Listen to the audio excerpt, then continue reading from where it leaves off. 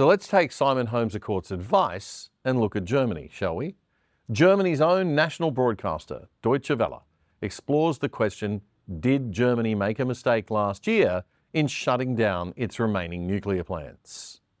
The 15th of April 2023 marks the end of the over 60-year-old era of nuclear power in Germany.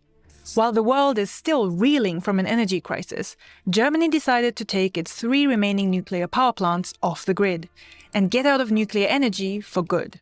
And how's that one working out for you guys? Have a look at this chart. This is how much renewable electricity was generated on a day in April 2022. First, you have the constant energy coming from hydropower, then biomass, offshore wind, onshore wind, and the big player on this day, solar. In 2022, on average, almost half of the electricity generated in Germany came from renewables.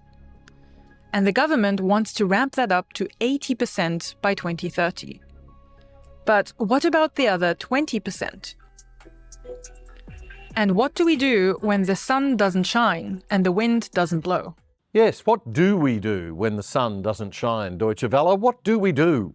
The amount of electricity needed to compensate for that is called the residual load, and it fluctuates a lot during the day. To fill the gap, we would either need huge batteries to store the energy in peak times, which we are still far from having on a large enough scale, or we need power plants that we can shut on and off very flexibly. Right now, a lot of this flexible adjusting in Germany is done by gas plants, which can be turned on and off completely within just 30 minutes. But they, of course, also emit considerable emissions. It takes about a day or two to start up and shut down a nuclear plant, so we'd still need gas for that flexibility that the system requires.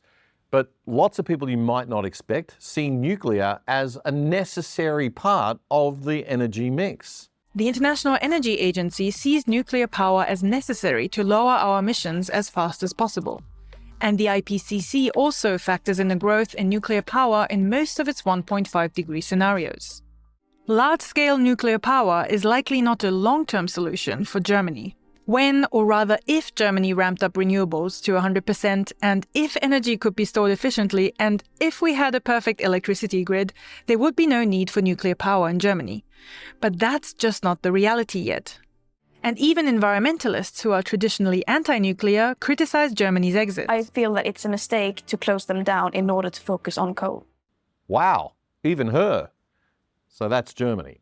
They have plants built already, you say, and they're thinking of ramping them back up. That's different to starting a brand new nuclear industry, as is being proposed by the Liberals for Australia? Well, yes, but nuclear power exists all over the world, and many countries are building new power plants. Many other powerhouse nations are building new nuclear power plants, even Japan.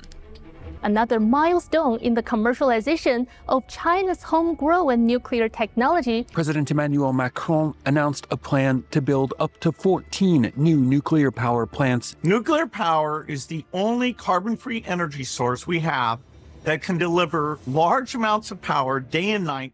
Wow, even him. But let's look in a little more detail.